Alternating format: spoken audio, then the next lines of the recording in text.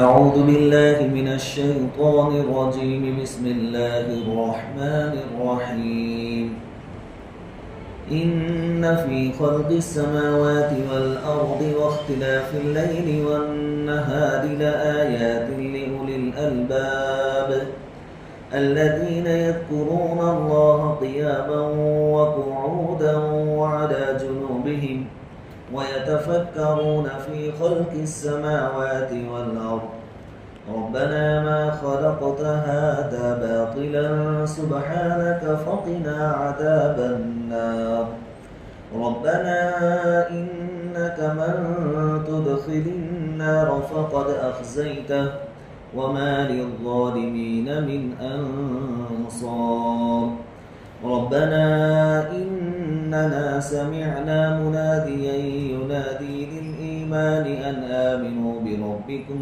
فآمنا ربنا فاغفر لنا ذنوبنا وكفر عنا سيئاتنا وتوفنا مع الأبرار صدق الله العظيم.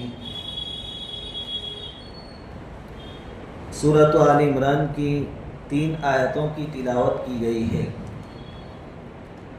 یہ وہ آیتیں ہیں جن کو نیند سے بیدار ہو کر نبی کریم صلی اللہ علیہ وسلم پڑھا کرتے تھے، تلاوت کیا کرتے تھے. ان آیتوں کا شان نزول مفسرین نے یہ بھی بیان کیا ہے کہ جب نبی کریم صلی اللہ علیہ وسلم نے مشرکین کو ایمان کی دعوت دی اور اللہ رب العزت کو ایک مان کر اسی کی عبادت کرنے کی دعوت دی، تو انہوں نے پھر پوچھا حضور صلی اللہ علیہ وسلم سے کہ اللہ ہے کون؟ آپ جس کی عبادت کی دعوت دے رہے ہیں وہ کون ہے؟ تو اللہ رب العزت نے آیت نازل فرمائی کہ مجھے پہچاننا ہو تو میرے بنائے ہوئے کارخانے میں غور و فکر کرو تو تم میری قدرت کا اندازہ کچھ درجے میں لگا پاؤ گے، اور جن کی تم پوجا کرتے ہو ان کا کوئی کام نہیں ہے، یہ حقیقت تمہارے سامنے کھل جائے گی. گزشتہ کل ہم نے پہلی آیت کے بارے میں تو کچھ گفتگو سنی تھی کہ اللہ تعالیٰ نے فرمایا کہ عقل مند لوگ وہ ہیں جو ہر حال میں اللہ رب العزت کو یاد کرتے ہیں. الذین یذکرون اللہ قیاما وقعودا وعلی جنوبہم. آگے اللہ تعالیٰ فرماتے ہیں وَيَتَفَكَّرُونَ فِي خَلْقِ السَّمَاوَاتِ وَالْأَرْضِ، کہ فکر کرتے ہیں آسمان اور زمین کی پیدائش میں. یہ ایمان والوں کا، عقل مندوں کا کام ہے کہ اللہ تعالیٰ نے جو زمین بنائی ہے اسی طرح جو آسمان بنائے ہیں اس میں غور و فکر کریں. خلاصہ یہ کہ اللہ کی کائنات میں، اللہ کی مخلوق میں غور و فکر کریں، اور یہ جو کوئی غور و فکر کرے گا اس کی بے شمار فضیلتیں بیان کی گئی ہیں. ان میں سے کچھ نمونے کے طور پر حضرت علی رضی اللہ تعالیٰ عنہ فرماتے ہیں کہ نبی کریم صلی اللہ علیہ وسلم نے ارشاد فرمایا کہ آیات قدرت یعنی قدرت کی جو نشانیاں ہیں اس پر غور کرنے کے برابر کوئی عبادت نہیں ہے.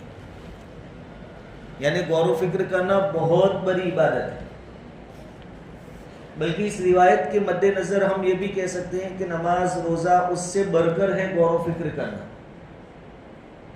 اس کا مطلب یہ بھی نہیں ہے کہ بھائی جو بہتر ہے اسی کو لے لیتے ہیں اور یہ بھوکا پیاسا رہنا، نماز سب چھوڑ دے، ایسی بات نہیں ہے. وہ فرائض اپنی جگہ، لیکن اگر کوئی اللہ رب العزت کے زیادہ قریب جانا چاہے، قرب حاصل کرنا چاہے، اللہ کا تعارف، اللہ کی پہچان کرنا چاہے، تو اس کو چاہیے کہ اللہ کی مخلوق میں غور و فکر کرے. اللہ کے نبی صلی اللہ علیہ وسلم نے اس کو بہت بڑی عبادت قرار دیا ہے.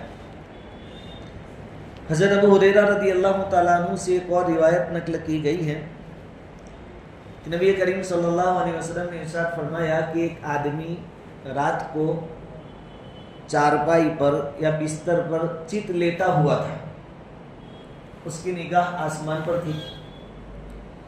اچانک اس کی نظر آسمان اور ستاروں پر پڑی. سیدھا سویا ہوا تھا، آسمان اور آسمان میں جو ستارے تھے اس نے اس کو دیکھا تو تو وہ اچانک بول پڑا کہ میں گواہی دیتا ہوں کہ آسمان اور ستارے تم کو پیدا کرنے والا کوئی ہے، تمہارا مالک کوئی ہے، تمہارا خالق بھی کوئی ہے. اور پھر فوراً اس نے دعا کی کہ اللہ مجھے بخش دے، معاف کر دے میرے گناہوں کو.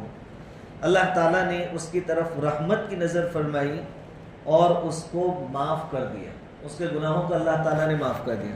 صرف کتنی سی بات ہوئی کہ آسمان اور ستاروں کو دیکھا، غور و فکر کیا اور اس نتیجے پر پہنچا کہ ویسے ہی نہیں ہو گئے ہیں پیدا خود بخود، ان کا بنانے والا کوئی ہے، ان کا خالق اور مالک کوئی ہے. اور جب خالق اور مالک کوئی ہے تو اس سے مانگنا چاہیے. اس نے فوراً اپنے گناہوں کی معافی مانگ لی تو اللہ رب العزت نے اس کے گناہوں کو معاف کر دیا. اب ایک چیز ہے اللہ تعالیٰ کی مخلوق میں غور و فکر کرنا، اللہ کی بنائی ہوئی چیزوں میں غور و فکر کرنا، اور ایک چیز ہے اللہ تعالیٰ کی ذات میں غور و فکر کرنا. تو مخلوق میں غور و فکر کرنے کی تو ترغیب اور دعوت ہے اور وہ ثواب کا کام ہے، لیکن اللہ کی ذات میں غور و فکر کرنے کی اجازت نہیں ہے، کیونکہ اللہ رب العزت کی ذات ایسی ہے کہ جو بندے کی سمجھ میں اس کی نگاہوں میں نہیں آ سکتی. جب سمجھ میں نہیں آ سکتی پھر بھی غور و فکر کرے گا تو اس کا کوئی نتیجہ نکلنے والا نہیں ہے، اور جس کام کا کوئی نتیجہ نہ ہو اس کام کو کرنا پھر بیکار ہے، بلکہ اس کے اوپر وعید آئی ہے. حضرت عبداللہ ابن عباس رضی اللہ تعالیٰ عنہما کی ایک روایت ہے، وہ فرماتے ہیں کہ خلق میں غور و فکر کرو، یعنی اللہ کی مخلوق میں. خالق کی ذات میں غور و فکر نہ کرو. خالق کی ذات میں یعنی اللہ کی ذات کے بارے میں کہ اللہ کیسا ہوگا، اس کے ہاتھ پیر ہوں گے کیسے ہوں گے، اللہ کیا کھاتا ہوگا، اللہ کہاں رہتے ہوں گے، ان سب چیزوں میں ہمیں نہیں پڑھنا ہے. آگے فرماتے ہیں کہ خالق کی ذات میں غور نہ کرو کیونکہ تم اس کا اندازہ نہیں کر سکتے. جب ہم اندازہ نہیں کر سکتے تو پھر یہ کام کرنے سے کوئی فائدہ بھی نہیں. حضرت ابو ذر غفاری رضی اللہ تعالیٰ عنہ سے بھی ایک روایت ہے، اس کے الفاظ کا ترجمہ یہ ہے کہ اللہ کی مخلوق میں غور کرو، اللہ کی ذات میں غور نہ کرو ورنہ ہلاک ہو جاؤ گے. آدمی گمراہ ہو سکتا ہے کیونکہ انسان کی سمجھ سوچ لیمیٹیڈ ہے اور اللہ کی ذات وراء الورا ہے، اس لیے آدمی اس راستے پر چلے تو ممکن ہے کہ گمراہ ہو جائے، اس لیے منع فرمایا گیا. ہمیں کس میں غور کرنا ہے؟ اللہ کی صفات میں. اللہ رحیم ہے تو اس کا رحم کیا ہے کہ بھائی پوری کائنات کو پال رہا ہے، سب کے گناہوں کو برداشت کر رہا ہے، لوگوں کے دلوں میں اس نے محبت ڈالی. اس کے جو نام ہے اسما اس میں غور کریں. اللہ تعالیٰ کے جو کام ہیں اس میں غور کریں، لیکن اللہ تعالیٰ کی ذات میں غور نہ کریں. غور و فکر بھی ایسا نہیں کہ آپ نے معمولی کیا، بلکہ اس کی کثرت مطلوب ہے کہ زیادہ سے زیادہ غور و فکر کرو. اس کے بارے میں بھی روایتیں ہیں. حضرت وہب ابن منبہ رحمۃ اللہ علیہ فرماتے ہیں کہ جب کوئی شخص کثرت سے غور و فکر کرے گا تو حقیقت کو سمجھ لے گا، یعنی دنیا کی حقیقت اس کے سامنے آ جائے گی، دنیا میں جو نعمتیں ہیں اس کی حقیقت سامنے آ جائے گی، دنیا کی زندگی کی حقیقت کھل جائے گی اور آخرت کی زندگی کی حقیقت اس کے سامنے کھل جائے گی. اور آگے فرماتے ہیں کہ جو سمجھ لے گا اس کو علم صحیح حاصل ہو جائے گا، حقیقت کھل جائے گی، اور جس کو صحیح علم حاصل ہو جائے گا وہ عمل بھی ضرور کرے گا. جب جان لے گا کہ دنیا یہ ہے اور آخرت یہ ہے تو جو کرنا چاہیے حقیقت میں اس پر عمل کرے گا، اور جو نہیں کرنا چاہیے اس سے آدمی دور رہے گا. جن لوگوں نے غور و فکر کیا، اللہ تعالیٰ نے دنیا اور دنیا کی چیزوں کی حقیقت ان کے سامنے کھولی. ان کے متعلق ایک واقعہ ہے. حضرت عبداللہ ابن عمر رضی اللہ تعالیٰ عنہ فرماتے ہیں کہ ایک بزرگ راستے سے جا رہے تھے، بزرگ اللہ والے. ان کا گزر ایک عابد زاہد آدمی کے پاس سے ہوا. یعنی ایک آدمی بیٹھا تھا، وہ بھی سمجھو بزرگ تھا. عابد یعنی عبادت گزار، زاہد یعنی دنیا چھوڑ کر آخرت کی چیزوں کی تلاش کرنے والا، آخرت کی چیزوں کی رغبت کرنے والا. تو ایک بزرگ جا رہے تھے، دوسرے بیٹھے ہوئے تھے.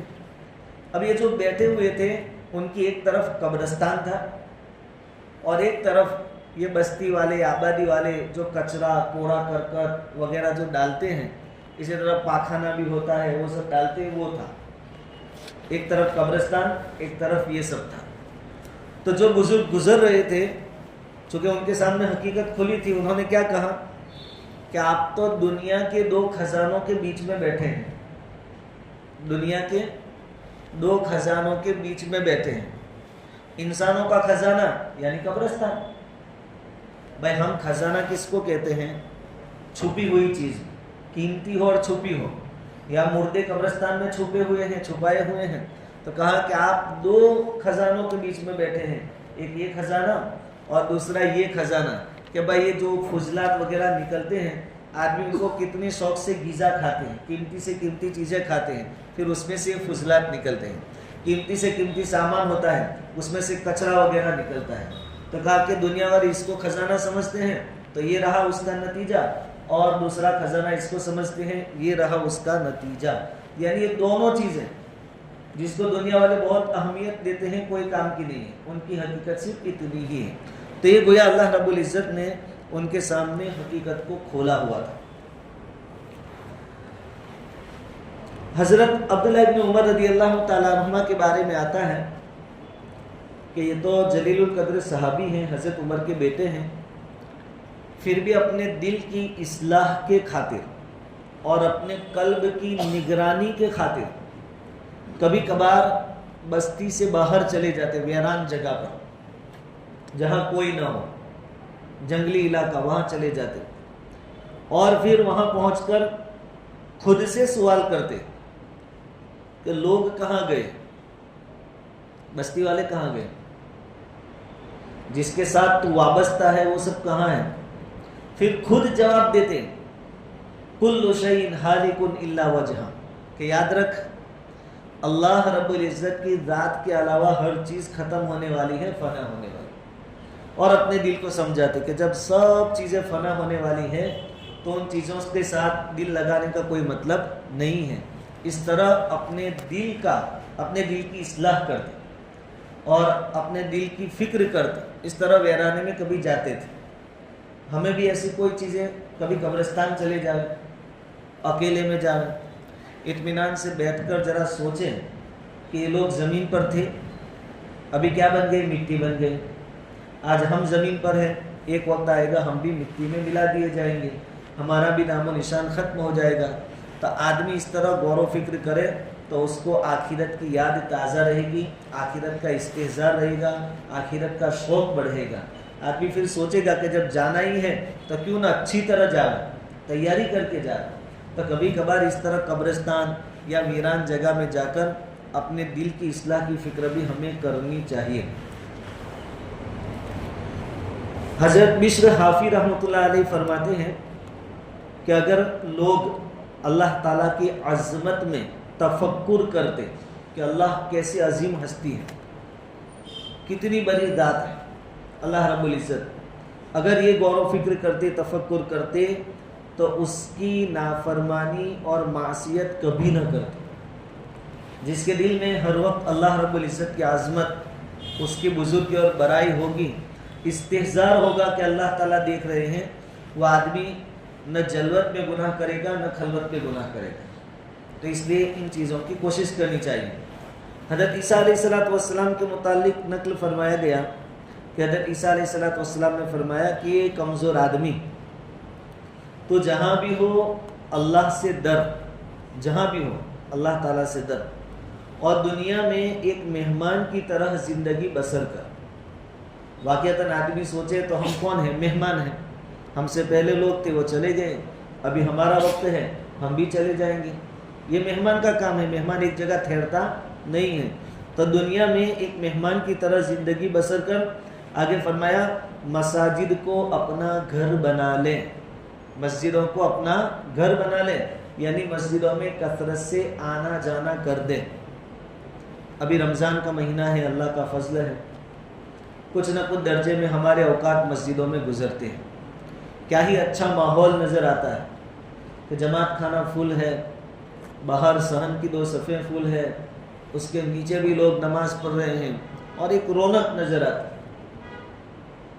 یہی مجمع اگر 12 مہینے تک رہے تو مسلمانوں کے حالات بدل جائے. لیکن افسوس ہے ہمارے اوپر کہ جیسے ہی عید کا چاند نظر آتا ہے مسجدیں ویران ہو جاتی, سوائے بوڑھے لوگوں کی اور چند نوجوانوں کی کوئی نظر نہیں آتا. مسجدوں میں رہے, کبھی تلاوت کرے, دعا کرے, نمازیں پڑھے. یہ تو تربیت کا مہینہ ہے. اس مہینے میں جو چیز نفس پر زیادہ بھاری محسوس ہو اس کو زیادہ کرے. ہمیں اگر نوافل میں جی نہیں لگتا ہے آدھے دنوں میں تو رمضان میں نوافل کی کثرت کرے, کیونکہ تربیت کا مہینہ ہے. اور علماء اور حکماء فرماتے ہیں کہ جس کا رمضان اچھا ہو اس کے باقی 11 مہینے اچھے. تو اس مہینے میں نفس نہیں چاہتا, جی نہیں کرتا, تو بھی نوافل کی کثرت کرے اور اس کے لیے مسجدوں کو لازم پکڑے. تو عیسیٰ علیہ السلام فرماتے ہیں کہ مساجد کو اپنا گھر بنا لیں اور اپنی آنکھوں کو خوف خدا سے رونے کا عادی بنا. آنکھوں سے ہمیشہ رونا, وہ بھی اللہ کے خوف سے. اور جسم کو صبر کا, باڈی کو صبر کا عادی بنا. سہولت پسندی اچھی چیز نہیں کہ آدمی ہر چیز میں سہولت ڈھونڈے, جسم کی راحت تلاش کرے. یہ بھی ایک صبر ہے کہ جسم کو کھانا چاہیے لیکن ہم نہیں دے رہے, پانی چاہیے لیکن ہم نہیں دے رہے. افطاری کے بعد اب نیند آ رہی ہے, آنکھوں میں نیند ہے, شریر دکھاوا بھی ہے, شریر میں جسم درد کرتا ہے, لیکن آدمی آ کر تراویح میں کھڑا ہو گیا. یہ بھی ایک صبر ہے. اور انسان کو اپنی باڈی کو ہمیشہ ایسے کاموں کے لیے ٹرین کرنا چاہیے, اس کی کوشش کرنا چاہیے. اور قلب کو فکر کا عادی بنا. آدمی 24 گھنٹے کسی نہ کسی فکر میں ہوتا ہے, چاہے جاگتا ہو یا سوتا ہو, بیٹھا ہو, کھڑا ہو, چلتا ہو یا نماز میں ہو یا تلاوت کرتا ہو, لیکن اس کی سوچ کچھ نہ کچھ چالو رہتی ہے. تو کیا ہی اچھا ہو کہ ہم تکلف کر کے, زبردستی کر کے قلب کو اس کا عادی بناوے کہ ہم اللہ کی کائنات میں غور و فکر کرنے والے بنے, آخرت کے حالات میں غور و فکر کرنے والے بنے, صحیح کیا ہے غلط کیا ہے ان چیزوں میں غور و فکر کرنے والے بنے. دوسری چیزوں میں غور و فکر کرنے کے بجائے ان چیزوں میں اگر ہم دھیان لگاوے تو آدمی کی زندگی بن جائے اور اس کی زندگی اور آخرت بھی اس کی سنور جائے.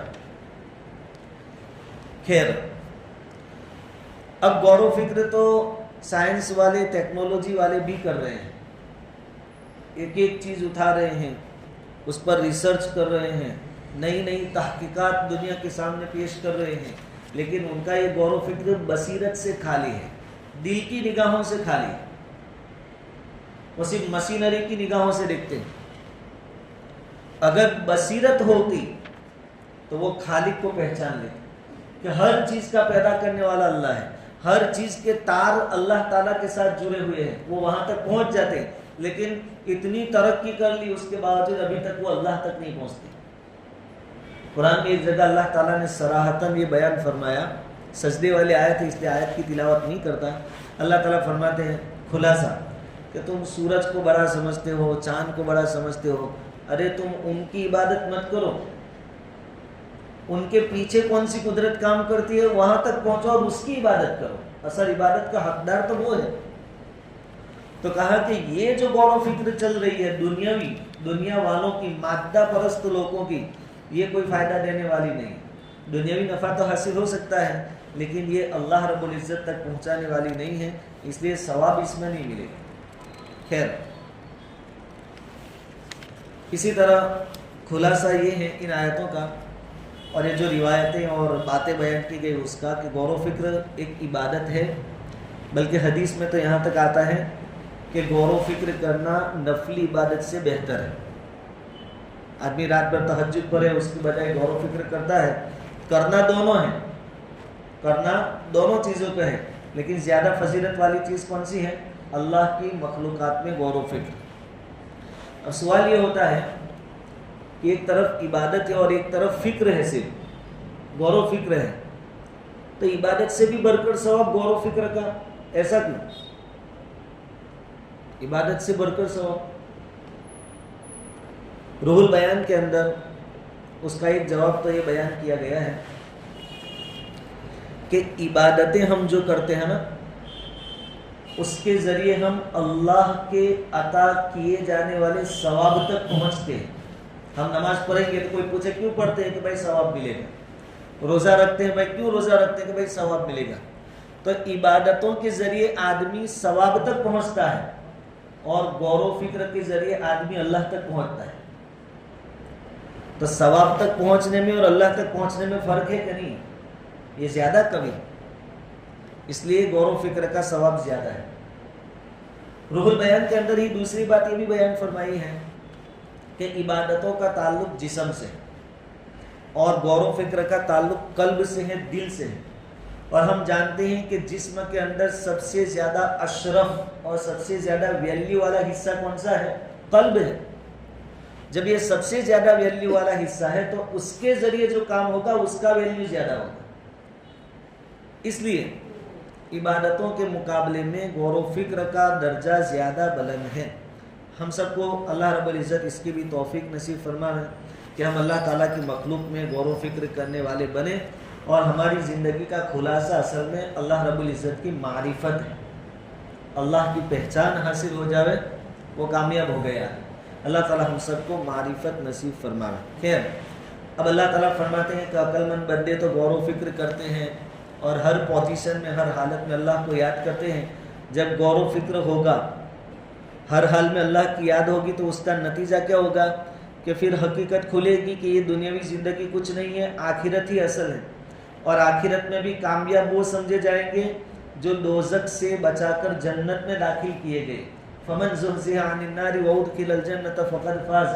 تو غور و فکر کے نتیجے میں ان کو جنت کی طلب پیدا ہوتی ہے کہ اللہ اصل کامیابی تو جنت میں ہے، تو ہم کو اپنے فضل و کرم سے جنت میں داخل فرما اور دوزخ سے ہماری حفاظت فرما. اس کو اللہ تعالیٰ نے آگے بیان فرمایا کہ بندے جو ہوتے ہیں ہمارے یعنی عقل مند وہ یوں دعا کرتے ہیں ربنا انک من تدخل النار فقد اخزیتہ وما للظالمین من انصار. کہ ہمارے رب جس کو آپ نے دوزخ میں ڈال دیا اس کو رسوا کر دیا. جو بھی دوزخ میں جائے گا رسوائی ہی رسوائی ہے. وہ ایک تو عذاب کی تکلیف اپنی جگہ پر لیکن رسوائی دنیا بھر کی. تو ایمان والے یوں دعا کرتے ہیں کہ ربنا انک من تدخل النار فقد اخزیتہ، کہ جس کو آپ نے دوزخ میں ڈال دیا وہ تو رسوا ہو گئے. اب یہ جو اللہ اور رسول کو نہ ماننے والے، آخرت کو نہ ماننے والے، وہ تو ہمیشہ کے لیے دوزخ میں جائیں گے. تو ان کی نصیب میں ہمیشہ کی رسوائی ہے، ان کے نصیب میں ہمیشہ کی رسوائی ہے. تو گویا یہ کہہ کر بندے اللہ تعالیٰ سے جہنم سے پناہ چاہتے ہیں کہ ہمیں اس رسوائی سے بچا لینا، ہماری اس رسوائی سے حفاظت فرمانا. آگے فرماتے ہیں وَمَا لِلظَّالِمِينَ مِنْ أَنصَارٍ. اور ظالموں کا اور گنہگاروں کا کوئی مددگار نہیں. جس وقت اللہ رب العزت کی پکڑ آئے گی، قیامت قائم ہوگی، کوئی اپنے بازو کے زور پر کسی ظالم کو، کسی گنہگار کو اللہ کے عذاب سے نہیں بچا سکے. بلکہ دنیا میں بھی جب اللہ رب العزت کی پکڑ آتی ہے تو کوئی کسی کو بچا سکتا نہیں ہے. فرعون کا واقعہ قرآن نے کئی جگہ پر بیان فرمایا، سب کچھ تھا اس کے پاس. قارون کا واقعہ بیان کیا اور الفاظ قرآن نے پھر استعمال فرمائے کہ ان کا مال اور ان کے جو خادم ہوتے تھے وہ اور ان کا جو لشکر اور سپاہی ہوتے تھے وہ کوئی ان کو بچا نہیں سکا، سب دیکھتے رہ گئے بس. تو ایمان والے عقل مند لوگ اللہ کی بارگاہ میں یوں دعا کرتے ہیں وَمَا لِلظَّالِمِينَ مِنْ أَنصَارٍ کہ الٰہِ العالمین حقیقت ہم بھی جانتے ہیں کہ ظالموں کا کوئی مددگار نہیں ہے، یعنی اپنے زور پر کوئی بچا نہیں سکے گا. ہاں قیامت کے دن اللہ تعالیٰ جس کو چاہیں گے سفارش کا حق دیں گے تو سفارش کے ذریعے ایک دوسرے کو بچا سکیں گے، لیکن یہ اپنے زور پر نہیں ہوا، یہ تو اللہ کی طرف سے فضل ہوگا. اللہ جس کو چاہیں گے سفارش کا حق دیں گے، وہ اللہ سے سفارش کرے گا، پھر اللہ منظور کریں گے تو وہ بچ سکے گا. ورنہ کوئی چل میں بیٹھا ہوں دیکھ لیتے ہیں کون کیا کر لیتا ہے، ایسا کوئی مائکہ لال قیامت کے دن نہیں ملے گا. تو وَمَا لِلظَّالِمِينَ مِنْ أَنصَارٍ ظالموں کا کوئی مددگار نہیں ہے. آگے عقل مند لوگ اللہ تعالیٰ سے یوں مناجات کرتے ہیں، دعا کرتے ہیں ربنا اننا سمعنا منادیا ینادی للایمان ان آمنوا بربکم فآمنا. کہ ہمارے پروردگار ہم نے سنا کہ ایک پکارنے والا پکارتا ہے ایمان لانے کو کہ ایمان لے آؤ اپنے رب پر، یعنی پکارنے والے کی پکار کو ہم نے سن لیا، اب پکارنے والے سے یا تو حضور صلی اللہ علیہ وسلم کی ذات اقدس مراد ہے کہ آپ نے بھی تو پکار کر لوگوں کو دعوت دی کہ ایک اللہ پر ایمان لے آؤ اور صحابہ کرام ایمان لے آئے، یا تو پھر قرآن کریم مراد ہے کہ قرآن بھی رہتی دنیا تک کہتا رہے گا کہ ایک اللہ پر ایمان لے آؤ۔ تو خوش نصیب ہے وہ لوگ جنہوں نے قرآن کی پکار پر لبیک کہا، جنہوں نے نبی کی پکار پر لبیک کہا۔ علماء فرماتے ہیں کہ ہم نے چاہے حضور صلی اللہ علیہ وسلم کی آواز ڈائریکٹ نہیں سنی، حضور صلی اللہ علیہ وسلم کو ہم نے نہیں دیکھے، لیکن یہ جو حضور کی باتیں ہم تک پہنچی وایا کر کے، یہ بھی گویا اسی درجے میں ہے گویا کہ ہم نے حضور کی ہی آواز سنی ڈائریکٹ۔ تو اللہ کا فضل ہے، اللہ کا شکر ہے کہ ہم بھی گویا اللہ کے نبی کی آواز پر لبیک کہنے والے ہیں۔ بس اللہ تعالیٰ سے دعا کرے کہ اللہ تعالیٰ ہمارے ایمان کو مضبوط بنا اور ہمارا خاتمہ ایمان کے ساتھ فرمائے۔ فآمنا، یا اللہ جب آپ کے پکارنے والے نے ہم کو دعوت دی کہ ایمان لے آؤ، ہم ایمان لے آئے۔ دیکھو یہاں سن کر ایمان لانے کی بات ہے، سن کر ایمان لانا، اور اس سے پہلے ان فی خلق السماوات میں سوچ سمجھ کر ایمان لانا، عقل کے ذریعے ایمان لانا۔ تو دونوں طرح کہ غور و فکر کرے گا آدمی صحیح طور پر، اس کا نتیجہ بھی ایمان نکلے گا، اور رسول اور قرآن کی بات کو، اللہ کی کتاب کی بات کو دھیان سے سنے گا، اس کا نتیجہ بھی ایمان نکلے گا۔ اب جب ایمان لے آئے، اللہ کی بارگاہ میں مناجات ہو رہی ہے، اب اپنا جو مقصد ہے وہ بیان کر رہے ہیں۔ ربنا فاغفر لنا ذنوبنا وکفر عنا سیئاتنا وتوفنا مع الابرار، اے ہمارے پروردگار ہمارے گناہوں کو بخش دے۔ فاغفر لنا ذنوبنا، ایک ہے ذنب بڑا گناہ، اور ایک آتا ہے سیئات۔ ذنوب بہووچن کے ساتھ جب بولا جاتا ہے تو بڑے گناہوں پر بولا جاتا ہے، اور سیئات چھوٹے گناہوں پر، تو دونوں سے بخشش مانگی ہے۔ فاغفر لنا ذنوبنا، ہمارے بڑے گناہوں کو بھی معاف فرما دے، وکفر عنا سیئاتنا، اور ہماری جو چھوٹے گناہ ہیں، برائیاں ہیں، ان کو بھی ہم سے دور فرما دے، وتوفنا مع الابرار، اور نیک لوگوں کے ساتھ ہمیں موت دینا، یعنی ہم موت کے بعد نیک لوگوں کے زمرے میں شامل ہو جائیں۔ حضور صلی اللہ علیہ وسلم بھی آخری وقت میں آپ کے الفاظ کیا تھے؟ اللہم رفیق الاعلیٰ، رفیق اعلیٰ کا ساتھ چاہیے۔ ہم یہ دعا مانگا کریں، ربنا فاغفر لنا ذنوبنا وکفر عنا سیئاتنا وتوفنا مع الابرار۔ نبیوں کی دعائیں یہ ہوا کرتی تھی۔ قرآن میں ہے فادخلی فی عبادی وادخلی جنتی، جب ایمان والے کی موت آتی ہے جو جنتی ٹائپ کا ہوتا ہے، تو اس کی روح کو پہلے کیا کہا جاتا ہے کہ میرے نیک بندوں میں شامل ہو جائے، اس کے بعد تذکرہ ہے کہ جنت میں داخل ہو جائے، پہلے نیک بندوں کے زمرے میں شامل ہو جائے۔ تو ہم یہاں دعا کریں وتوفنا مع الابرار، الہ العالمین نیک بندوں کے ساتھ ہمیں شامل فرما، ہمیں موت عطا فرما۔ ایک اور دعا، ربنا وآتنا ما وعدتنا علی رسلک ولا تخزنا یوم القیامہ انک لا تخلف المیعاد، اے ہمارے پروردگار ہم کو دے وہ چیزیں جس کا تو نے ہم سے وعدہ کیا رسولوں کے ذریعے، ہم کو وہ چیزیں عطا کر جس کا آپ نے وعدہ کیا رسولوں کے ذریعے۔ کیا وعدہ کیا کہ بھائی ایمان لے آؤ گے، رسول کی مدد کرو گے تو دنیا میں فتح اور نصرت تمہیں ملے گی، تو یہ دعا بھی ہم کریں، اور آخرت میں جنت میری رضامندی ملے گی۔ یہ دونوں چیزیں اس میں آ گئی کہ اللہ آپ ہم کو عطا فرمائیے۔ ولا تخزنا یوم القیامہ، اور ہماری بدعمالیوں کی وجہ سے، ہماری کوتاہیوں کی وجہ سے ہمیں قیامت کے دن رسوا مت کرنا۔ قیامت کی رسوائی بہت بڑی رسوائی ہوگی۔ حضرت آدم علیہ السلام سے لے کر قیامت تک کے سارے انسان، جنات، فرشتے، انبیاء سب موجود ہوں گے، ہمارے ماں باپ، ہماری اولاد، ہم کو ماننے والے، جو ہمارے سمجھانے سے کوئی نمازی بنا، کوئی حاجی بنا، کوئی روزے دار بنا، کوئی مبلغ بنا، کوئی مفسر بنا، سب کے سامنے اگر فائل کھل گئی کہ بھائی یہ چاہے تمہارے سامنے وائٹ کفنی پائجامہ پہن کر آتا تھا اور ایک ایک دو دو گھنٹے تک بیان ہو جاتا تھا، کر دیتا تھا، تفسیر بفسیر سب ہو جاتی تھی، لیکن اس کے کرتوت یہ تھے، تو آدمی تصور کرے تو رونگٹے کھڑے ہو جائے۔ اس دن